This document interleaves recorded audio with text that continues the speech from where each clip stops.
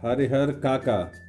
इस कहानी के कहानीकार निखिलेश्वर ने इस कहानी के माध्यम से पारिवारिक जीवन, धर्म, संस्थाओं और समाज में बढ़ते हुए धन के लालच का वर्णन किया है। लेखक के हरिहर काका से बहुत ही घनिष्ठ संबंध थे। हरिहर काका से उनके लगाव के दो कारण थे।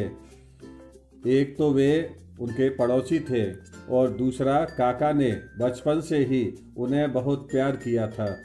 तभी उम्र में इतना अंतर होने के बाद भी उन दोनों के बीच बहुत गहरी मित्रता थी। हरिहर काका एक विधुर और बेऔलाद व्यक्ति थे। उन्होंने 2 शादियां की थी। उनकी दोनों पत्नियों की बेऔलाद मृत्यु हो गई। गांव में एक ठाकुर बाड़ी थी। उसकी स्थापना कब और किसने की, ये कोई नहीं जानता था। वर्षों पहले एक महात्मा यहाँ आकर रहने लगे। वो रोज सुबह शाम ईश्वर की पूजा करने लगे। बाद में लोगों ने चंदा इकट्ठा किया और यहाँ एक छोटा सा मंदिर बनवाया। गांव की बढ़ती हुई आबादी के साथ वह मंदिर भी विशाल हो गया और ठाकुरबाड़ी के नाम से प्रसिद्ध हो गया। गांव के लोग इस मंदिर को बहुत मानने लगे और किसी भी विशेष कार्य के पूरा होने पर अपनी जमीन का छोटा हिस्सा ठाकुरबाड़ी के नाम कर देते थे। इसका संचालन एक धार्मिक कमेटी करती थी। काका गांव में ही अपने संयुक्त परिवार के साथ रहते थे, जिसमें उनके 3 भाई, उनकी पत्नियां और बच्चे थे। उनके भाई की पत्नियां काका के साथ बहुत बुरा व्यवहार करती थीं। उनकी सुख सुविधा का ध्यान नहीं रखती थीं। एक बार भतीजे के दोस्त के आने पर घर में विभिन्न प्रकार के व्यंजन बने, लेकिन काका को रोज की तरह रूखा सूखा खाना ही मिला।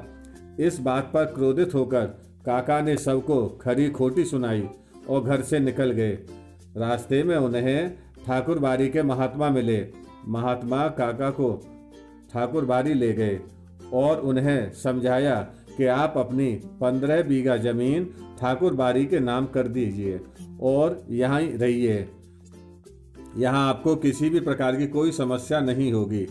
काका भी महात्मा की बात से सहमत होकर ठाकुरबाड़ी में रहने की सोचने लगे, परंतु उनके परिवार ने वहाँ रहने न दिया और उन्हें घर ले आए। उस दिन से उनका परिवार उनकी बहुत सेवा करने लगा, क्योंकि वे डर गए थे कि कहीं ऐसा न हो काका अपने हिस्से की 15 बीघा जमीन ठाकुरबाड़ी के नाम न कर दें। अब पूरे गांव में बस एक ही चर्चा होने लगी कि काका जमीन किसके नाम करेंगे। वहां महात्मा को यह चिंता सताने लगी कि कहीं काका जमीन घर वालों के नाम न कर दें। एक दिन महात्मा ने काका का अपहरण कर लिया और उनकी बहुत पिटाई की और उनसे खाली कागज पर अंगूठे का निशान लगवा लिया। पुलिस ने आकर उन्हें छुड़ाया। अब काका ने मन ही मन सोच लिया था कि वो अपने जीते जी किसी के नाम जमीन नहीं करेंगे। वह समझ गए थे कि अगर उन्होंने ऐसा किया तो उनका जीवन नर्क हो जाएगा। कुछ दिन बाद उनके भाइयों ने भी काका को खूब मारा पीटा और एक खाली कागज पर जबरन उनसे अंगूठा लगवाना चाहा। काका की चीख पुकार सुनकर लोग इकट्ठा हो गए और उन्होंने काका को बचा लिया। बाद में पुलिस ने काका को आकर बचाया और उनकी सुरक्षा के लिए सिपाहियों की नियुक्ति कर दी। लोग अब केवल हरिहर काका की चर्चा करते थे, लेकिन हरिहर काका मौन हो गए थे।